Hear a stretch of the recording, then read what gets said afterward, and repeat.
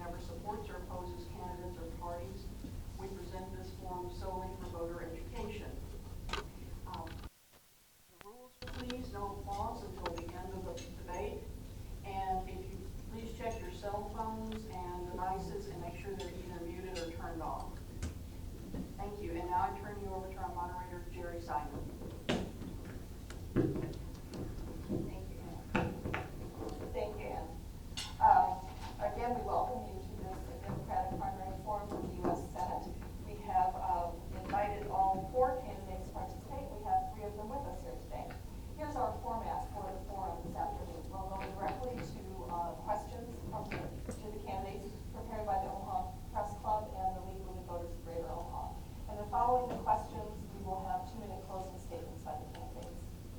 So that before the forum, the candidates drew lots to determine their initial speaking order, and I will introduce you to them in that order right now. Our first candidate, Frank Sorota, and Larry Marvin, and Chris Janicek. And we'll go right to our first question, which will go to Frank first. Why do you want to serve in the U.S. Senate? What differentiates you from your opponents, and why are you the best candidate? Well, here it is. I've had a lot of history in Nebraska. I don't like to say history, but when my father has been here for quite a long years. He passed away. He was a real estate person, and he did do a lot of farming in the past. One thing about farming is, I don't know if people really understand it. When you get to understand the grain trade in the world, it'll tell you about it. In the world, there are price supports on all the farmers in the world, except the United States.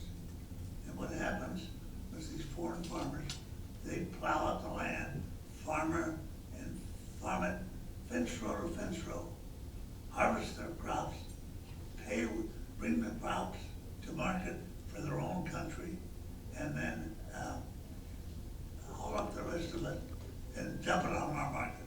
That's the reason why our feed grains and free grains are lower. They really are low, and these farmers a lot of them are starving to death. Not starving, but I mean, the bankers are calling anyway. Is that it? Thank you. Okay, thank you. Thank you. And Larry Marvin. Okay, the reason I'm into politics is I studied down at the University of Nebraska and got my bachelor's and master's, and one of my majors is social studies, and a couple of them are languages. The thing is, we're all in this together, and so many people don't think we're in it together. They're in it for themselves, and they form special interest cliques that squeeze the rest of us to the sideline, and we're not getting a fair break. And so I'm here to represent myself and anybody else, because we're all in it together, and we're all going to have representation. So 8 years ago, a couple of us from the Nebraska Central Committee, we were going to go around the state of Nebraska bragging up the party. And then our state's Secretary of State of Nebraska sent me a bill for $1,700. And I thought, hey, I'm not just going to go around and talk, I'm going to be a real candidate. And so then I got in, and I'm interested, and I think the special interest people do not want us to be able to discuss the issues, and all of the issues. So I'm here, I'm going to talk about all issues. I think it's getting about time soon. Thank you. Chris Janicek. Hello, everybody. My name is Chris Janicek, and I am running for the United States Senate because I am sick of politicians who put money and special interest before us. My passion and my enthusiasm is what is going to get me this election. It cannot be business as usual anymore in the state of Nebraska. Our 5 representatives we currently have are not representing us. The one I'm running against, Deb Fisher, has taken her special interest and her corporate supporters and put them before all the people here in Nebraska. I did not get into this race because I'm a career politician. I did not get into this race because I'm a professional politician. I got into this race because I'm a professional citizen. And I am sick and tired of the way we get treated in this state. That is why I'm running, and that is why I need your vote May 15th. Thank you. Here's our next question. It's been said that elections have consequences and that the president should be able to select the cabinet members he or she wants. Do you agree or disagree? Do you support the current president's cabinet picks? And what would be your approach to Senate confirmation hearings on presidential appointments? And we'll start with Larry. Repeat the first part again. It said that elections have consequences and the president should be able to choose his or her own cabinet appointments. Do you agree with that? And do you support the current president's picks? How would you approach Senate confirmation hearings? Larry's going to take this one first. Okay. I agree with the way we have it set up because this is our American system. Now, if we don't approve of the appointment, then the Senate doesn't approve of it. And so we have a little bit of checks and balance there. But being a Democrat and we got a Republican system, he got elected and so his choices are his, and then the Senate tries to make sure that they're good people, and President Trump was going to drain the swamp. It looks like he's draining his own swamp of Republicans because the ones that are leaving are the ones that he's appointing, and then he turns around and fires them. So there is dysfunction within there, and all the special interest cliques were around there, and they're saying yes, yes to the president, and then we don't like it, and we point things out, and they're down the road. So, yes, the president is our president for all of us, and he needs to represent all of us, and we need to make sure that he knows what our views are, and our representatives should be representing us, and I don't think they're doing a good job. Thank you. Chris? To repeat the question, elections have consequences. Right now, we are living through consequences, and I don't think they're good consequences. This current administration promised us that they would drain the swamp, turn the system upside down, and take care of the American people. We were promised that in education, we were promised that in healthcare, we were promised that in our environment, we were promised that in Medicaid, Medicare, Social Security, and I don't see any of it happening. These current nominees for these positions that have to go through a Senate confirmation hearing have been voted on by our 5 members representing the state of Nebraska based on partisanship. Nothing was taken into account whether they were good for the position or not. And I will give you one example. Betsy DeVos, the one that is the Secretary of Education who wants to take away public education and replace it with a voucher system. This is unacceptable, and this has got to change. Thank you. And Frank? Well, I'll tell you one thing, and that is my connection to the farm. And I'm not a farmer, I'm a lawyer, and I've argued cases in the Supreme Court, and I've also had a case or two in the federal court. What bothers me is this man they appointed for Secretary of Agriculture, Purdue. You know what he is? He's a chicken man. You know what chicken people want? They want low prices, particularly in corn. I don't know what the farmer's gonna do that. You just ask any banker you see how the farmers are doing, and he'll tell you, and it's a tough deal. Along with that, I would like to give higher Social Security for retirees. Where's that money gonna come from? It's gonna come from military and industrial complex. There's too big out there. I mean, can you imagine building big tanks and also they're doing all this for the last war. You can't be involved with the last war. The last war's over with. No more tanks and big guns. I don't know what we're gonna do the next one. If we have one, we don't wanna be second. I'll tell you that much about it. There is no seconds.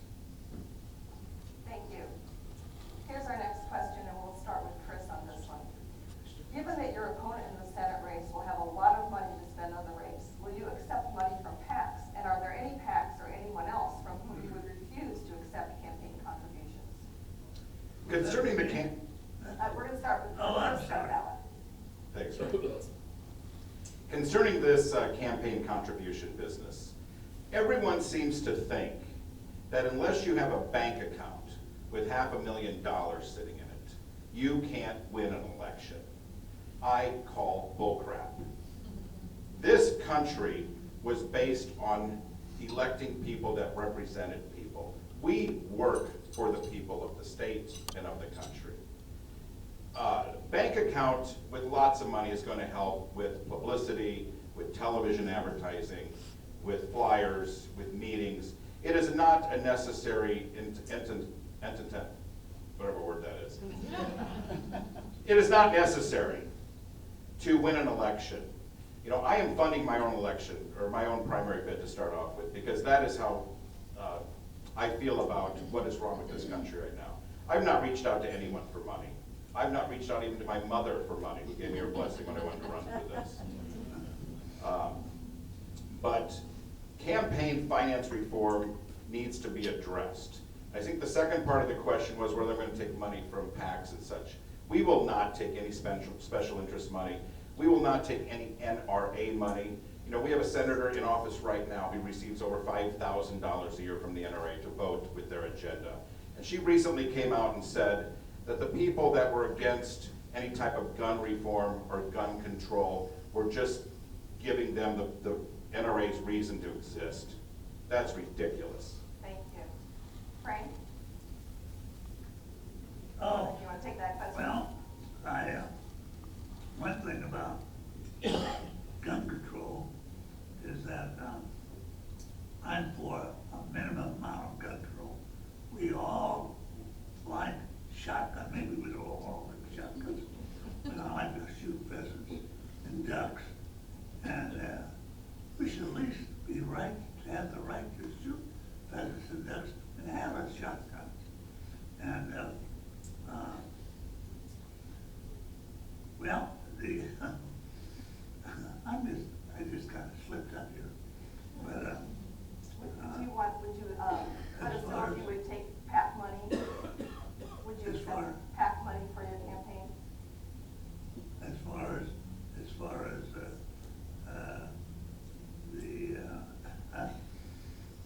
I used to debate in Lincoln High School years ago, and I ended up the best debater in high school, but it doesn't look like it, does it? Anyway, I debated with a guy like Jim Ryan. I don't know if you guys ever remember Jim Ryan, but some of you people have gone to Lincoln High School. Anyway, he was a notorious highbinder all over the world. The Wall Street Journal actually wrote him up twice. Anyway, he was really something. And he spent a little time in jail. But besides that, I liked him. Thank you. Larry? The question was, would we take that money? Yes, and are there any PACs or anyone from whom you would not accept any funds? No.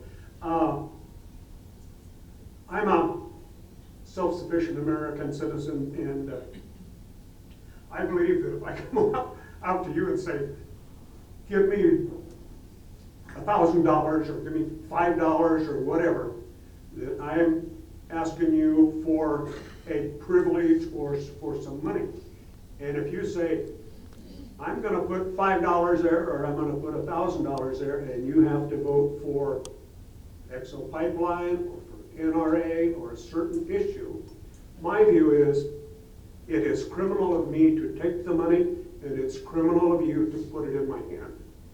So I'm like Chris, I fund my own. I run around the state, and I think it's your obligation to walk around your neighborhoods and tell them about us three people and the views that we have. And so we have to have grassroots, and it has to take you people doing it, because I have the money, but I'm not going to spend it because I'm too tight. This is your American just as much as it is mine, and because of my wealth, I can get along with the Republicans possibly better than you can. But I'm telling you, I have the education, I have the ability to stand up to people, and so we need to make sure we get out 99% of our Democrats. Thank you. We're going to go to a question on taxes. If evaluate the tax reform plan just passed by Congress, would you have supported it? And we'll start with Frank.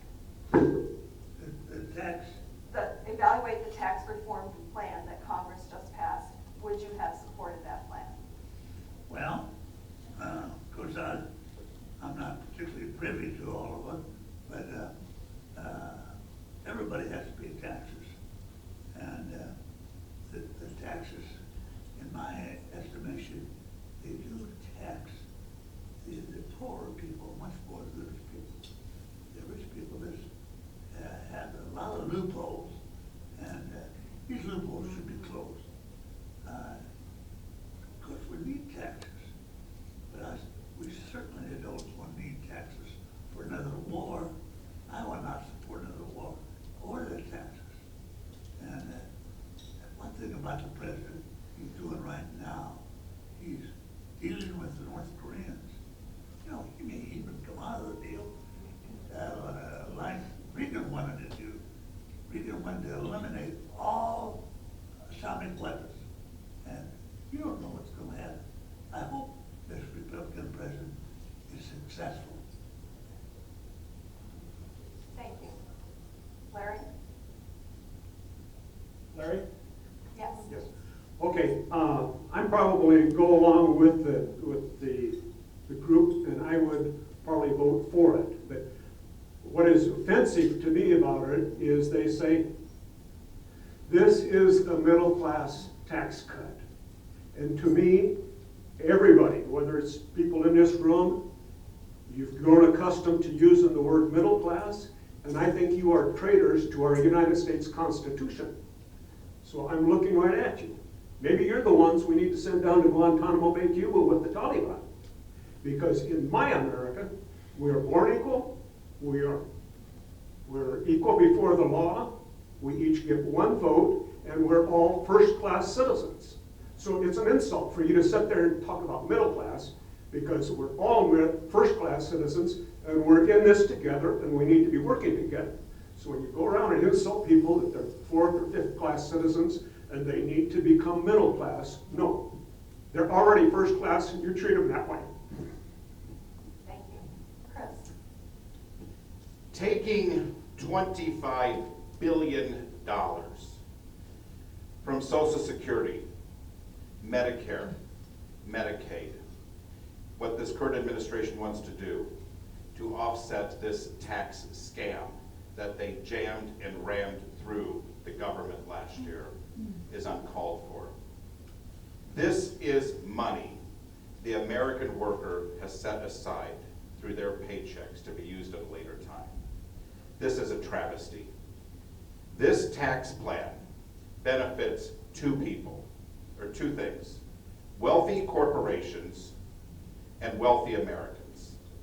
Marco Rubio, a Republican who voted for this tax plan, came out on Monday and said that this benefits no one, that this will not come to any type of tax cut or benefit for the country. What it did do to this country is put it $1.7 trillion in debt, and that has to be paid for.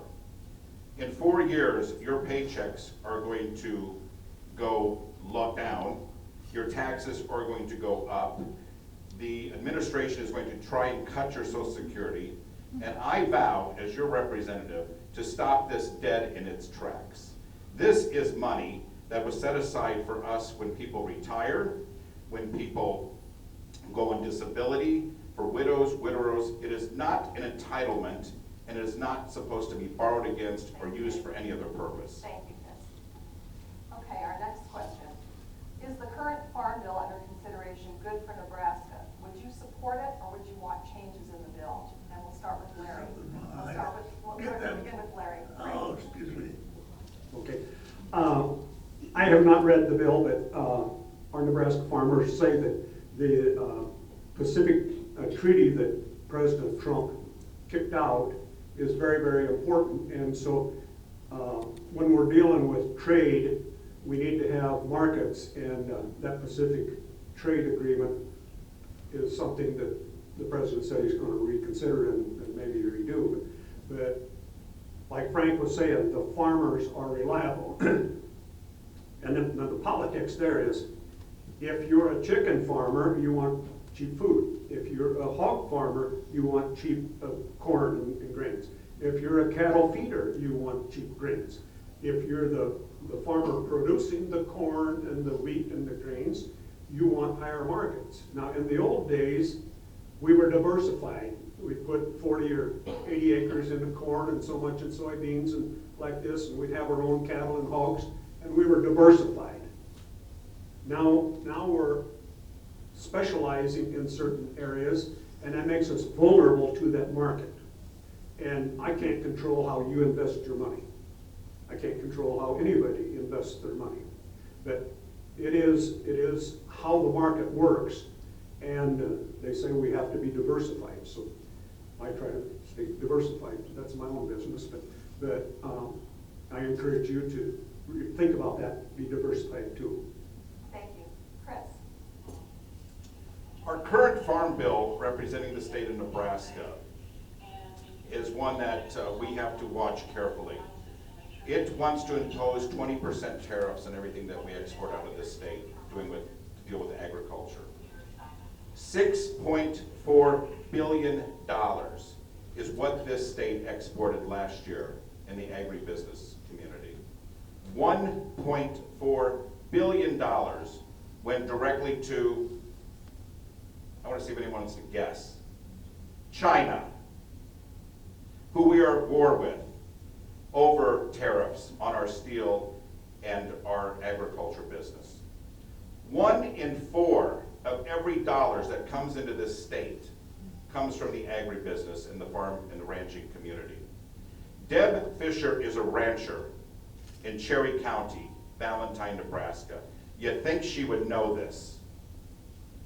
Farmers have enough to worry about with the cost of seed, the weather, the cost of machinery breaking down. They don't need to go to battle with the federal government that may affect their revenue.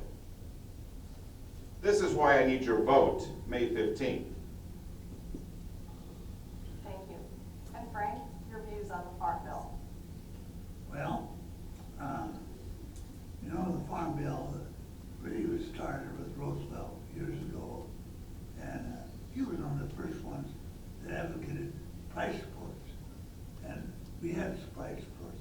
I read about it, and I talked to my father about it when I was a kid, and they worked well for the farmers, and they always have at least stabilized the market. One thing that we don't really realize is that gold is supposedly protecting our currency, but our price supports, we have all this food. We have lots of food in this country, food that was non-perishable, and what that did, you gotta think about what that did. It supported our dollar. The foreign people, if they had money, they wouldn't buy anything in this country. They knew they could always purchase food, and it helped our dollar, and it helped the whole economy. Thank you. Here's our next question. Do you support eliminating the cap on wages, currently $128,400 annually, subject to the 6.2% Social Security tax, to ensure that the program remains solvent?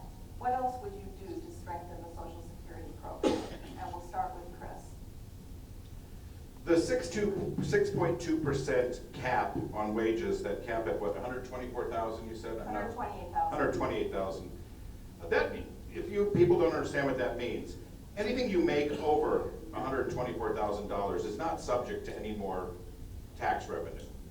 It stops at $128,000. So we've got people making millions and hundreds of millions and billions of dollars, and they still have to pay 6.2% on the first $128,000. That is ridiculous.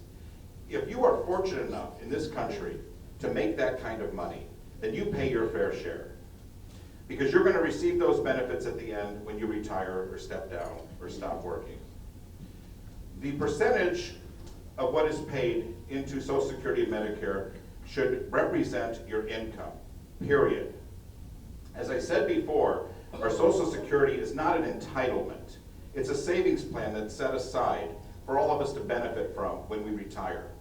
Right now in Nebraska, there are over 164,000 people receiving Social Security. People who have retired, people with disabilities, widowers, widows, children.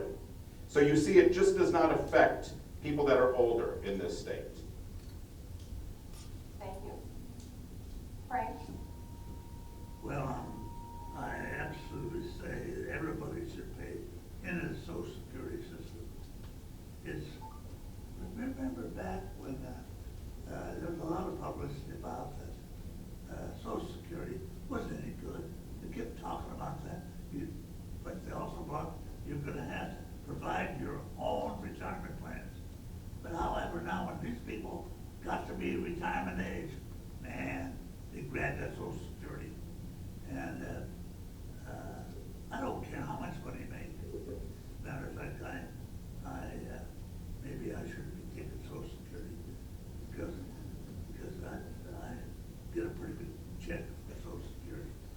And I'm a little bit embarrassed about it, but I'll push that embarrassment away, grab that check just like everybody else. Thank you. Larry? I'm like Frank. I grab my Social Security check, although it's electronic deposit, so I don't get to grab it, but it's, I do take it. One thing, what we're talking about are these things, but I want to reflect Social Security back to you, that we have been so greedy in the last 60+ years that we've never heard of the cost of living expense index or the cost of dying index. And when we created it, our forefathers created Social Security death benefit, it was $255, and that's what it is today. Now, looking around the room, I believe that most every one of us have good health, good life insurance that's going to take care of our estate and our burial and stuff like this. A lot of Americans, 52% of our Americans have less than $10,000. So if you're going to have a $6,000 or $12,000 funeral, then you only got $10,000 or less. And some people have maybe $30,000 in debt. You know, so when you put your accounting equation here, what you have and what you owe, 52% are down here, and some of them are like $200,000 in the hole. And so this $255 is shameful, and if you read my advertisements, I want that raised to $4,080 or better. And so that's one of my advertisements that I've been putting out, and I brought that up at the state convention 2 years ago. Thank you. Here's our next question. Do you support reinstating the assault weapons ban? Is there any other legislation that should be passed affecting gun ownership? And we'll start with Frank. Excuse me, Do you say that again, please? Yes. Do you support reinstating the assault weapons ban? Is there any other legislation that should be passed affecting gun ownership? Well, first of all, machine guns, things like that shouldn't get in the hands of the regular people. I mean, the police and people that enforce the laws, and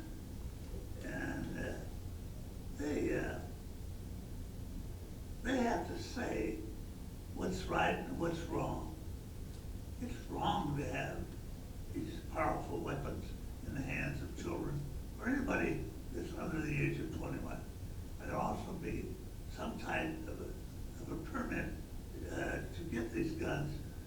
I don't know exactly how you're going to tell a sane man from an insane man, but I don't know what to do with that. But some of these people just are on the verge, just the verge, and these guns get in their hands. They do horrible things. I remember back here in Omaha, when at the shopping center, there was a man running around out here shooting people, and it was something tragic. That should not happen in America. Thank you. Larry? I'm very strongly for protecting our United States Constitution. But I'll tell you when I see these slaughters going on. Down to Florida, we had a law enforcement with a gun, and the chicken stayed outside and didn't do anything. I want him put in jail because he aided and abetting in that murder, because he was supposed to be there to protect these kids. And so we talk about the assault guns. I don't like them. I always thought that if you had a live grenade, it was criminal behavior. What's the difference between a hand grenade that's live or one of these Tommy guns? You know, they are dangerous things. And I used to be a foster parent, and when they came around and checked my house, I put the weapons out in the shed and locked them up. And they came out and they looked and they says, no, that's not satisfactory. So then I took them down and put them in my office. And I don't like people to know where my weapons are, because if I want protection, I want protection myself. And so I'm very much for the Constitution, and we need to watch how we word these different things, because I don't think we need an assault weapon. And I think that if a law enforcement man or anybody, they should have a trigger lock on their gun if they don't have it on their body. Thank you. Chris? This gun issue right now has divided the Republicans and the Democrats right down the middle. The Republicans holler, you want to take our guns away. The Democrats holler, we need restrictions, we need to ban assault weapons. It's a constant fight. We need to meet in the middle somewhere, and we have to use common sense. I support and respect the Second Amendment. We need to go back to the time when the Constitution was being drawn up and the amendment was added as the Second Amendment to the Constitution. It was a equalization amendment to protect both the citizen to be armed and the government to be armed in the early stages of our country starting off, so we would prevent a thing called tyranny. We have evolved since then. We have evolved through the threats against this country. We have evolved with the strength of the guns, the power of these guns, the power of our military. I am for a common sense approach to this problem. We need gun registration. We need training. We need psychological evaluations. We need a 30 to 60 day waiting period. We need insurance on these guns. We need these guns to be registered at a state level and a national level. Our young people today are paying close attention to gun control and gun reform, and they expect their elected officials to do the same. Thank you. Here's the next question.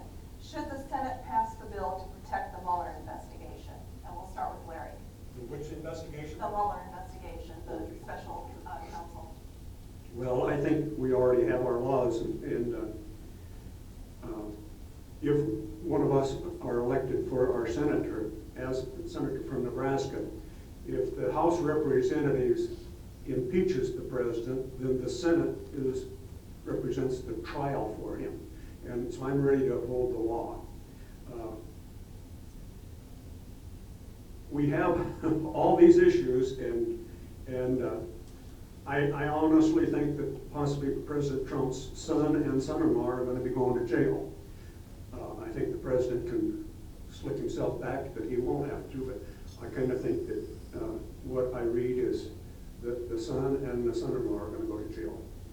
And so we don't need to be poking our fingers in there and slowing it down or making any prejudgments, because we're supposed to look at the real facts.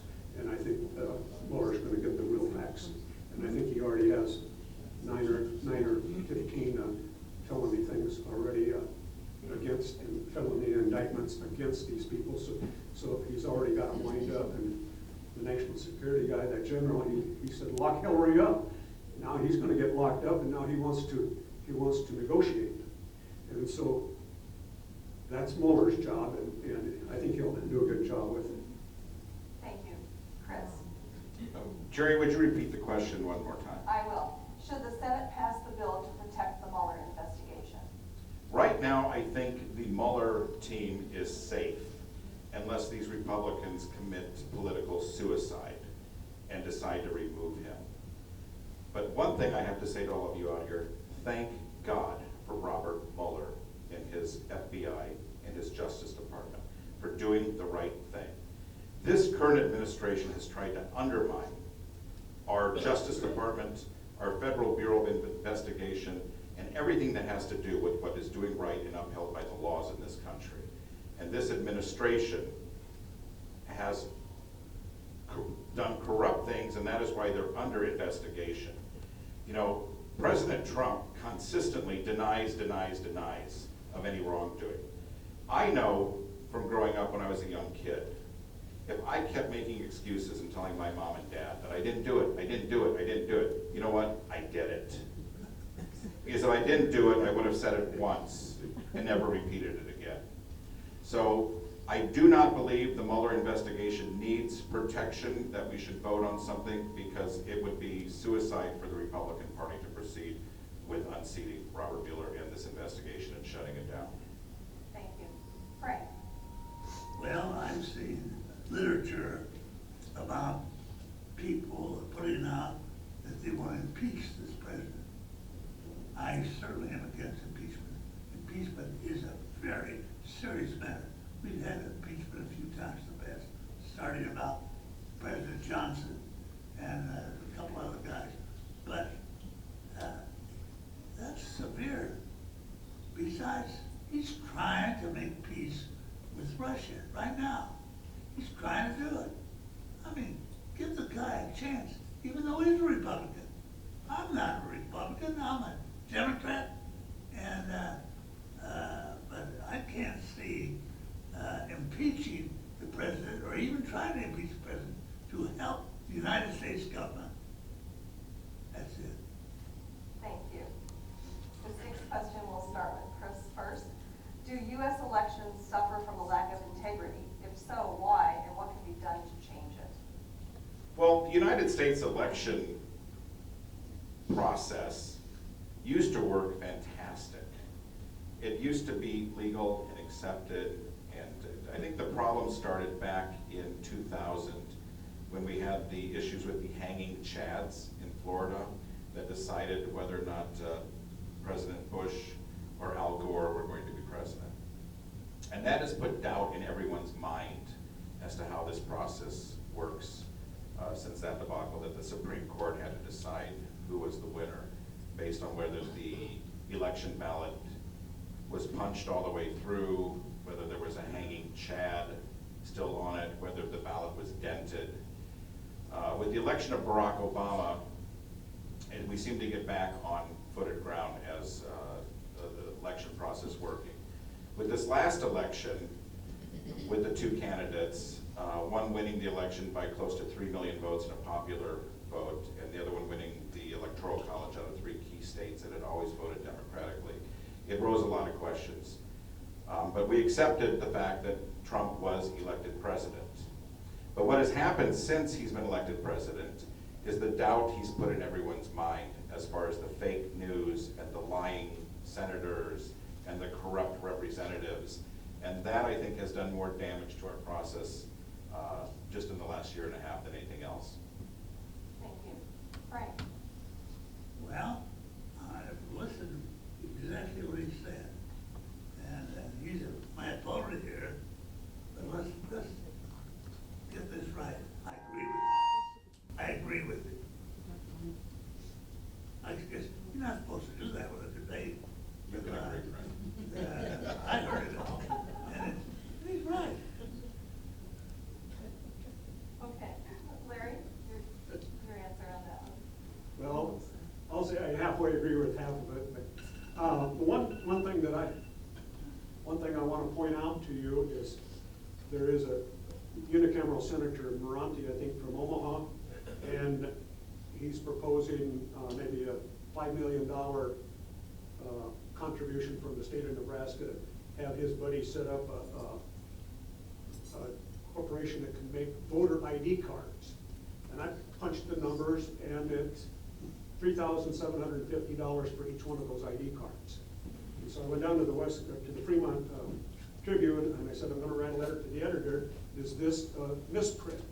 And so it took them a week or two. They checked it out. They said, well, it's best they can figure out its cost setup, the setup costs. Well, here we're giving the money to a private corporation, the way I understand it, to make our ID cards for us to vote, don't think that's right. I think my state of Nebraska should be the one that sets up the ID cards. And I can get my ID card, I think, for $26 for a legal driver's license. So I think $26 is my price for an ID card, not $3,750. And I'm not turning it over to private enterprise, because that can be pretty slick, bunch of criminals, and we can go back to dictatorships. And again, that goes back to my middle class, because middle class people support dictators. Thank you. Now we're down to our last question. How would you work with the rest of the Nebraska congressional delegation? And we'll start with Frank. Well, we always like to have cooperation, normally anyway. But I really, I think Deb Fisher, I really just think that I could work very well with her. She's a rancher. Matter of fact, last picture I saw her, she was gallivanting around the ranch on a horse. Nothing wrong with that. Ranchers should have horses. She also has a huge pasture provided by a small amount of money. She rents the pasture out, belongs to the government. I don't really know any of the things. I think she's doing pretty well, matter of fact, in the Senate. But I could do a lot better. Thank you. Larry? Okay, could you repeat that question again? Yes. How would you work with the rest of the Nebraska congressional delegation? Okay, I would work with them, and you probably don't know me, but I write a lot of letters to the editor, maybe 3 or 5 a year. I attend 1 to 4 city council meetings a year in Fremont. I used to live in West Point for 39 years and did the same. I point out things, and then I get my way. So I'm not an elected official. Some people think I'm elected to run the town, but I'm not.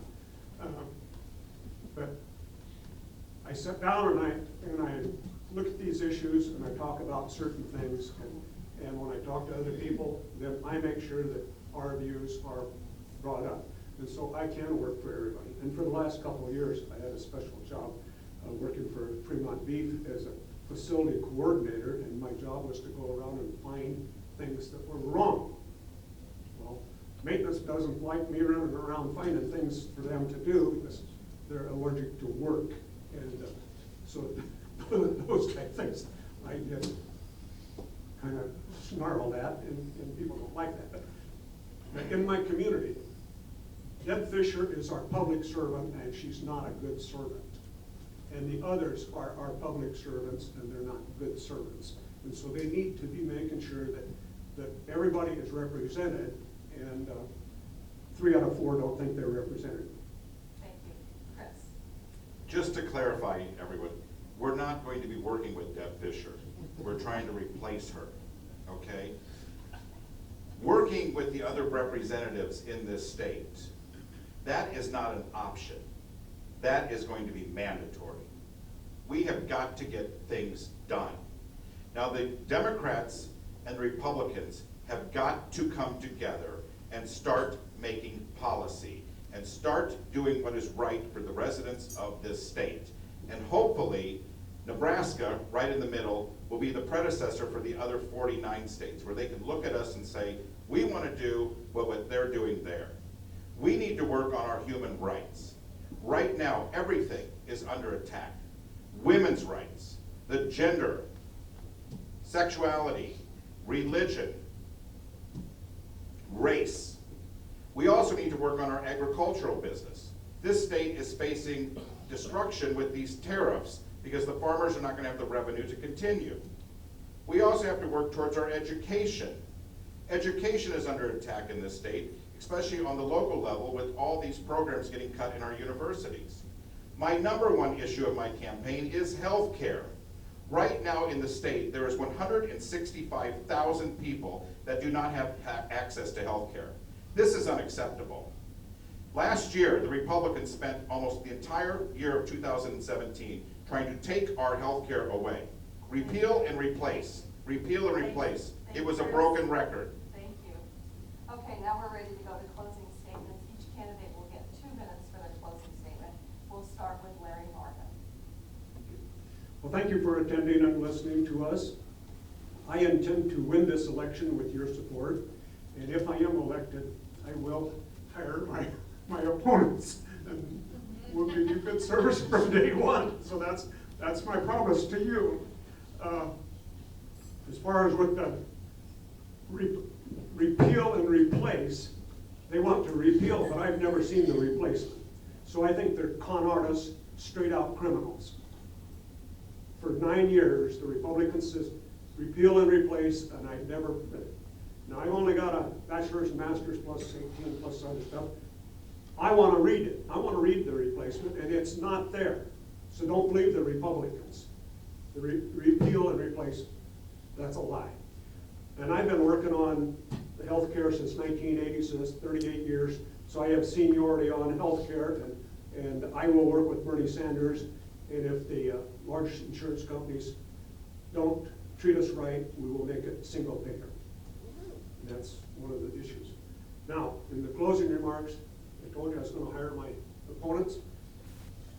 And I want that Social Security death benefit raised up to $4,000 or better, and I want all of us to treat one another as first-class citizens. And and another thing too, in Nebraska we have a party platform, Democratic Party platform, and that's my platform. I'm not creating Larry Marvin's platform. I'm standing up for a Democratic Party platform. So those are kind of the main things that I want to get across to you. And again, I want to thank the League of Women Voters and the Press Club for sponsoring this and allowing us to have the freedom to share with you people. Thank you. Now, a closing statement from Chris Janicek. Thank you, everyone, for attending and listening. And you could tell my frustration, and that is what prompted me to get into this race. There are 4 of us running for the Democratic primary to go on to beat Deb Fisher in the November general election.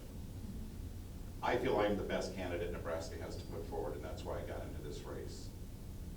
I love Nebraska. I love everything about it.